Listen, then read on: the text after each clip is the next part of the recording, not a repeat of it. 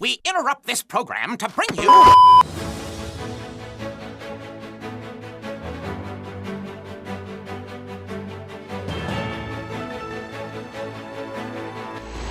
Good day, Philippines! Hello world! My name is Justin Bangis, representing Group A. For today's discussion, we will be talking about the powers of international organization, the organs of United Nations, the differences of state and non-state regionalism, and the different organizations such as ASEAN, OPEC, NOM, and NATO.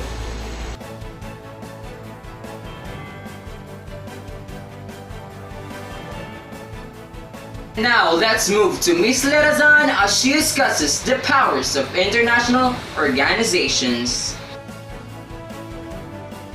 There are three types of power in international organization. The first one is the power of classification. This is the capacity or the power of international organization to construct terminologies or classify the world. For instance, the power to categorize the status of one's nation based on the global standard or the followed standards. Number 2. The power to fix meanings. The international organization has the power to define or give fixed meanings in order to gain collective understanding around the globe. For example, the development is not just only explained with how high the economy is in a certain country. Rather, international organization precisely describe it with conclusive definition as politically, economically, and culturally developed. Number 3. The power to diffuse norms. The international organization has the power to propagate norms, values, policies that build smooth and peaceful relationships between and among nations. However, it only depends on the said members if they will follow the created rules. Thank you, Ms. Lerazan. Now let's witness Ms. Gerodias as she discusses the different organs of the United Nations.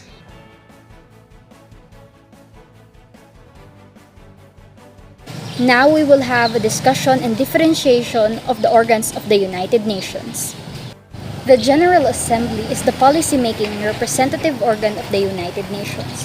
It is a conference where international issues and decisions undergo in-depth discussions and solutions by the approval of the great majority of all 192 of its member nation representatives. The Security Council functions to regulate and maintain national peace and security, also to resolve issues between its member nations and recommend optimal solutions of actions. Economic and Social Council promotes cooperation between states regarding economic and social affairs. For instance, the organization of World Bank Group and so on. It is a central platform for reflection, debate, and innovative thinking on sustainable development. The Trusteeship Council provides international supervision for trust territories and ensures these territories had attained self-government and independence. The International Court of Justice is the principal judicial program of the United Nations. The Security Council contains 15 elected judges that gives off settlement by the international law. Thank you, Ms. Gerodias. Now let's proceed to Mr. Manligoy as he discusses the differences of state and non-state regionalism.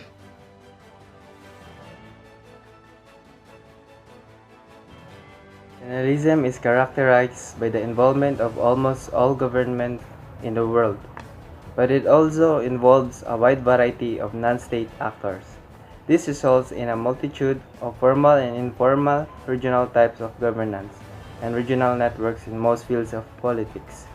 A regional state or a regionalized unitary state is term used to denote type of state that is formally unitary, but where a high degree of political power has been highly decentralized to regional governments.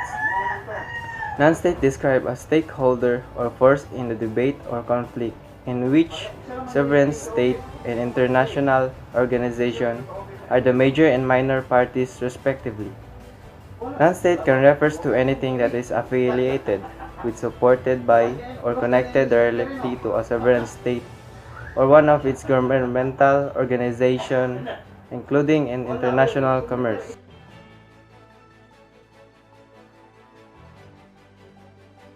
Thank you, Mr. Mandigoy. Now let's proceed to Mr. Bangis, Ms. Ararakap, Ms. Trimotza, and Mr. Ramirez as they discuss the reasons of the establishment of NATO, OPEC, NOM, and ASEAN organization respectively.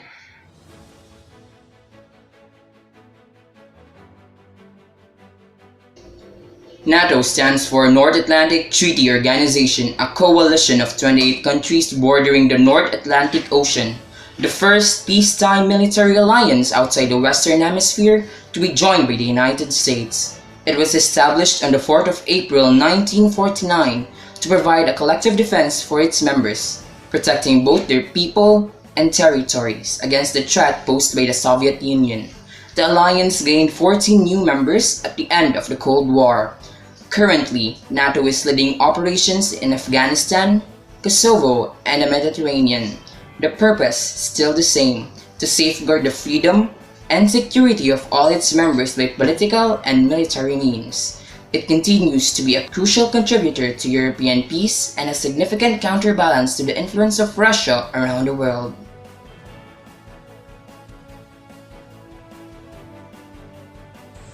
Hi there!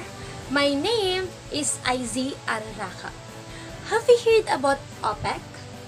If not, don't worry because I am here to tell you what it means. OPEC is also known as the Organization of the Petroleum Exporting Countries, wherein it is an association that consists of 14 of the world's major oil exporting nations, which started in 1960.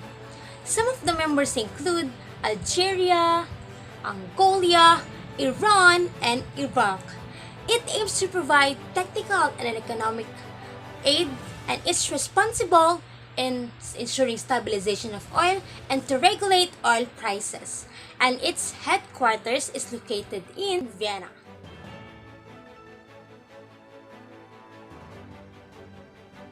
NAM, or Non-Aligned Movement, another state regionalism which was established by countries who don't want to be part of major global political groups. Non-aligned movement was formed during the Cold War. It is officially born in 1961 at Belgrade, and it is an international policy of a sovereign state. NAM has sought to create an independent path in world politics that would not result in member states becoming pawns in the struggles between the major powers. Countries form regional blocs to protect their independence from the superpower politics. At the beginning, NAM, or Non-Aligned Movement, was to keep away the newly independent countries from the superpower rivalry and to protect and preserve their newly acquired independence.